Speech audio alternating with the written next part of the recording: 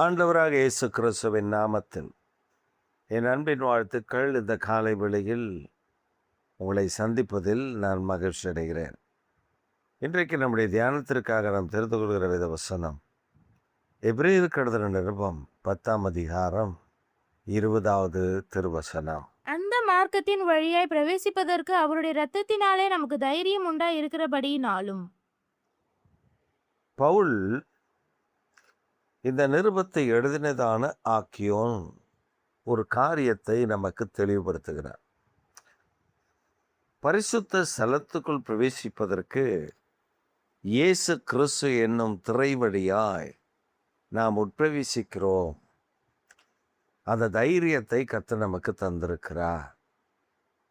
பரிசுத்த ஸ்தலத்திற்குள் பிரவேசிக்க ஆசாரியரும் லேவியரும் மட்டுமே பிரவேசிக்கக்கூடிய அந்த பரிசுத்த ஸ்தலம் நாம் பிரவேசிப்பதற்கு ஏற்றதாக இருக்கிறது.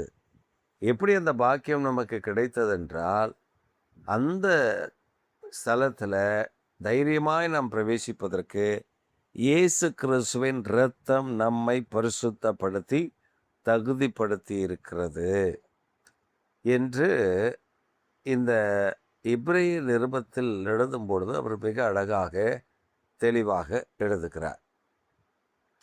அவர் அந்த எபிரேய நிருபம் முழுவதும் இந்த 10ஆம் அதிகாரத்தில் சொல்லும் பொழுது இயேசு கிறிஸ்துவனுடைய தியாக பலியை அவர் வெளிப்படுத்துகிறதை, அதை குறித்து விளக்கிறதை நாம் காண முடியும். அவர் தியாகமானதினால் நம்முடைய பாவங்களை மன்னிக்கிறார். அந்த பாவங்கள் மன்னிக்கப்படுகிறதுனாலே நாம் மீண்டும் பாவிகள் இல்லாதபடி, பாவம் செய்யாதபடி நம்மை காத்து வழிநடத்த அவருடைய கிருபை, உண்மை போதுமானது. அதனால் நம் தைரியத்தோடு பரிசுத்த ஸ்தலத்துக்குள் பிரவேசிக்கிறோம் என்று இந்த எபிரேய நிருபக்காரன் நமக்கு ஒரு காரியத்தை கற்றுக் கொடுக்கிறார். அப்போ காரியத்தின் கடைத்தொகையை நாம் அறிந்து கொள்ள வேண்டும். அது என்ன? இந்த பாக்கியமெல்லாம் கிடைப்பதற்கு ஒருவர்தான் காரணம். அவர்தான் ஆண்டவராக இயேசு கிறிஸ்து. அவருடைய தியாக பலியை நமக்கு விளக்கி நம்மை அதன்படி வழிநடத்துகிற பரிசுத்த ஆவியானவர் இயேசு கிறிஸ்துவின் இரத்தத்தினாலே, இயேசு கிறிஸ்துவின் விலையேற பெற்ற இரத்தத்தினாலே நமக்கு இந்த பாக்கியத்தை கிடைக்க பண்ணுகிறார். எனவே பிரியமானவர்களே, உங்களுக்கும் எனக்கும் ஒரு பெரிய காரியத்தை, பெரிய நன்மையை அவர் செய்திருப்பதின் காரியம் நாம் தேவனுடையவர்கள், அவருடைய இரத்தத்தினால் கழுவப்பட்டவர்கள். இப்போ இஸ்ரவேல் தேசத்தில் இருக்கிற தேவனுடைய ஆலயத்தில் உட்பிரவேசிக்க சாதாரணமான யூதர்களுக்கும் சாதாரணமான மற்ற கோத்திரத்தாருக்கும் பிரகாரம் வரையிலும் வரலாம். பிரகாரத்தில் தான் பலிபீடம், பிரகாரத்தில் தான் தட்டி தொட்டி, பிரகாரம் வரையிலும் அவர்கள் பலியை கொண்டு வந்து செலுத்தலாம்.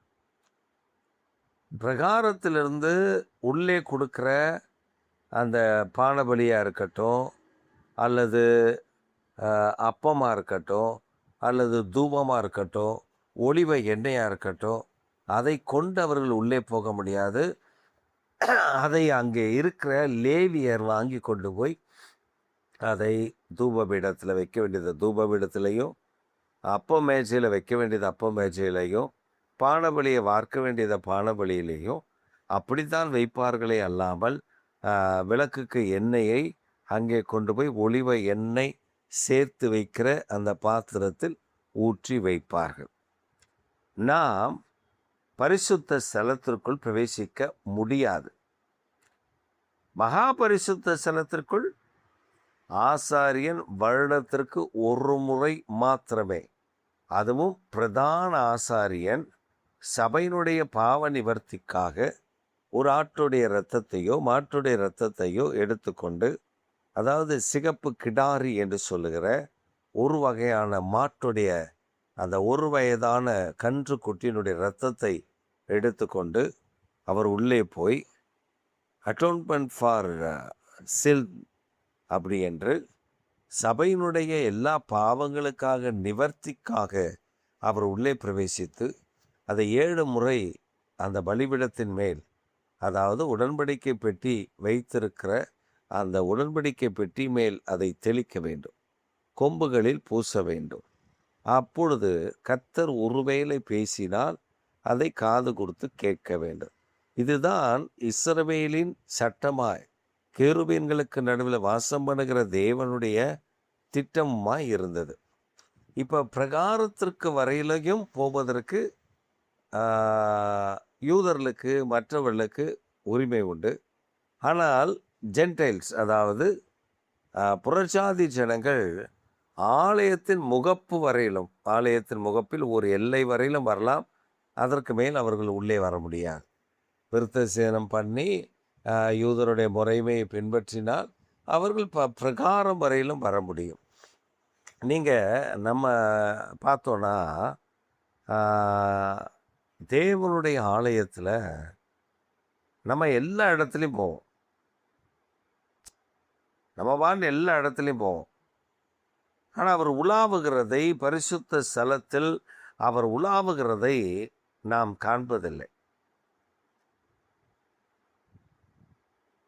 ஜான் நாக்ஸ் என்று சொல்லுகிற ஒரு தெய்வ மனிதன், ஸ்காட்லாந்து தேசத்தை எனக்கு தாரும் என்று நல்ல ஜெபித்த ஒரு மனிதன், அவன் சொல்லும்போது சொல்லுகிறான், பிசாசை கண்டு எனக்கு பயமில்லை, எதிராளிகளை கண்டு எனக்கு பயமில்லை, எனக்கு எதிர்த்து வருகிறவர்களை கண்டு எனக்கு பயமில்லை. I am not afraid about the enemies.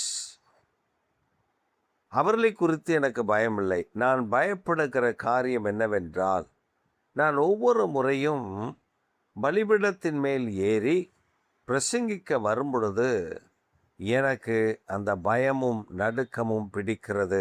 கர்த்தருடைய வார்த்தையை எவ்வளவு ஜாக்கிரதையாய் நான் பிரசங்கிக்க வேண்டும் என்கிற உணர்வு எனக்குள்ளே இருக்கிறது என்பதாக அவர் தன்னுடைய புத்தகத்தில் எழுதி வைத்திருக்கிறார்.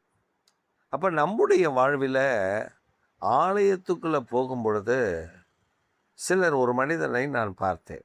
அந்த மனிதனுடைய வாழ்வில் அவன் ஆலயத்துக்கு வருவான். வந்து அவன்தான் சங்கீதம் வாசிப்பது, சங்கீதத்திலிருந்து வார்த்தைகளை சொல்லுவது, சாட்சி பயங்கரமாய் சொல்லுவான். ஆனால் இல்லாத கெட்ட பழக்கமே அந்த ஆளுக்கிட்ட கிடையாது. அதே போல் சபைக்குள்ளே குழப்பத்தை உண்டு பண்ணுறது ஆள் அவன் தான். அப்படி ஒரு சபையில் இவன் இந்த ஆள் இப்படி பண்ணிகிட்டு இருந்தான். அப்போ நாங்கள் பிரசங்கிக்க அந்த சபைக்கு நான் போயிருந்த பொழுது அவன் ஜனங்களுக்கு நடுவில் நான் தொடர்ந்து கொஞ்ச நாள் அங்கே பிரசங்கிக்கிறேன். ஏன்னா அவங்க போதகர் இல்லாததுனால நான் பிரசங்கிக்கிறேன். இவன் என்னை உள்ளே விடக்கூடாது, இவன் அந்த இடத்துக்கு வந்துடணும்னு சொல்லி என்னென்னமோ குழப்பம் பண்ணி வேலை பார்த்தா அந்த மக்கள் அதற்கு இடம் கொடுக்கல. எனக்கு அவனை பற்றி முழுமையான டீட்டெயில் எனக்கு தெரியல. ஒரு நாள் அவனுடைய சுயரூபத்தை எனக்கு ஒவ்வொரு விசுவாசிகளாக சொல்ல ஆரம்பித்தார்கள். அவன் வரும்பொழுதே போதை பாக்குகளோடு தான் வருவான். போதை அந்த பாக்குகளை போட்டுட்டு தான் வீட்டில் இருந்து கிளம்பி வரும்பொழுது இந்த போதை பாக்குகளோடு தான் வருவான். இங்கே சர்ச்சுக்குள்ளே வர்றதுக்கு முன்னாடி சர்ச்சு வாசலில் ஓரத்தில் துப்பிட்டு, அந்த பாக்கை துப்பிட்டு முடிஞ்சால் வாய் கொப்பளிப்பானா, இல்லைன்னா அப்படியே வந்து உள்ளே உட்காந்துருவானா. அந்த போதை இருக்கணும் அவருக்கு. அப்படியே அந்த ஒரு மயக்கம் இருக்கணும். சிகரெட் குடிப்பான். எல்லா பழக்கமும் இருக்குது. எல்லா பழக்கமும் அவன் இடத்துல இருக்குது. ஆனால் அவன் உள்ளே வரும்பொழுது பார்த்தீங்கன்னா அவனை போல ஒரு பரிசுத்தமான நீங்கள் பார்க்கவே முடியாது. நீங்கள் பாருங்களேன், அவன் பைபிளும் கையுமா ஆராய்ச்சி அப்படி இப்படின்னு ஓடிட்டு இருப்பான். ஒரு நாள் ஆண்டவர் இவ்வளவு அநியாயம் பண்ணிட்டு சபைக்குள்ளே வந்து இந்த ஆட்டம் போடுறானப்ப ஆண்டவர் ஒரு நாள் அவனுடைய வியாதியை அடுக்கினார். வியாதி, கடன், அவனுக்கு இருந்த பல காரியங்களை வெளியே கொண்டு வந்தான். இப்போ அவன் கர்த்தரை ஊழியத்துக்கு அழைத்து விட்டா. என்னையும் என் மனைவியும் நாங்கள் ஊழியத்துக்கு தான் என்று சொல்லி, அந்த ஊழியத்துக்கான பயிற்சி நாங்கள் பெறப்போகிறோம் அப்படின்னு சொல்லி, அந்த ஊழியத்துக்கான பயிற்சியை பெறும்படி எங்கேயோ ஒரு இடத்துல போய் யார் யாரையோ பிடிச்சி பாஸ்டர் ஆயிட்டா நல்ல வருமானம் வரும் அப்படின்னு யாரோ தப்பிதமாக சொல்லியிருக்காங்க. அதில் அவர் போய் அப்படியே சின்னங்க நடுவில் ஊழியத்துக்கு அப்படின்னு சொல்லி போய் ஒரு இடத்துல ஏமாற்றி நிறைய பணங்களை கடனை வாங்கி இப்போ அவர் எந்த ஊரில் இருக்கானே தெரில, ஊரை விட்டு ஓடிட்டார். அப்போ ஒரு விஷயத்தை நாம் புரிந்து கொள்ளணும். தேவனுடைய ஆலயம் பரிசுத்தம் உள்ளது. இந்த பரிசுத்தம் உள்ள ஆலயத்திற்குள்ள தைரியமாய், அவர் சொல்ற பயத்தோடு நடுக்கத்தோடு அவர் தைரியமாய் நாம் உட்பிரவேசிக்க. அப்படின்னா நாம் ஆலயத்துக்குள்ளே வரும் பொழுது, ஆலயத்துக்குள்ளே வருவதற்கு முன்பும் பின்பும் நம்முடைய வாழ்க்கை எப்படி இருக்கிறது? பரிசுத்தமாய்.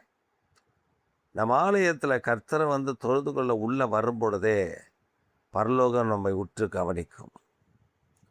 பரலோகத்தின் காரியம் நம்மை உற்று கவனித்து நமக்கு செய்ய வேண்டிய நன்மையை செய்ய அது ஆயத்தமாயிருக்கும். அதனால் இந்த காலை வேளையில் நீங்கள் ஒன்று மாத்திரம் அதில் புரிந்து கொள்ள வேண்டும். ஆலயத்துக்குள்ளே பிரவேசிக்க இயேசு கிறிஸ்துவின் இரத்தம் நம்மை பரிசுத்தப்படுத்தி இருக்கிறது. அந்த பரிசுத்தத்தோடு கூட அவரை மனதார துதித்து தொழுது கொண்டு ஆலயத்துக்குள்ளே பிரவேசித்து ஆண்டவர் நாமத்தை மகிமைப்படுத்துவோமே. ஆனால் எல்லா தீங்குக்கும் கர்த்தர் நம்மை விலக்கி காத்து வழி நடத்துவார். ஆமேன், ஆமேன்.